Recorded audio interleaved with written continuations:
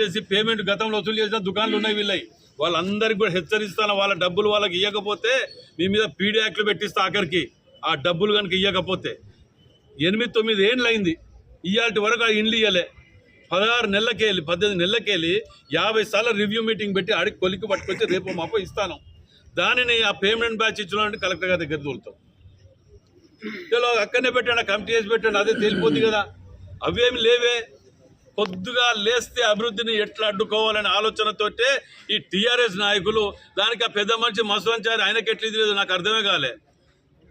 మంచిగా ముసురు పడతా చేపలు గీపలు తినాడు ఉండకాడ కథం చేసి వచ్చి ఈడికొచ్చి ఇదే తలకాయలు తినకూడదు, ఈడికొచ్చి ఇదే దుకాణం పెట్టిండే. నీకేం తెలుసు దాని గురించి? ఆయన గురించి ఏం తెలుసు అని ఇక్కడ దుకాణం పెట్టావు చెప్పు, నాకు అర్థం కాలే. దాని మీద చర్చకు రమ్మని చెప్పు. ఒక్కటి లేదు, పొద్దుగా లేస్తే అబద్ధాలు ఆడు ఆ భద్రకాళమ్మని కూడా ఫోటో పెట్టుకొని అమ్మవారి మొట్టని పెట్టుకొని తిరుగుతూ ఉంటాడు. ఇదేం పద్ధతి?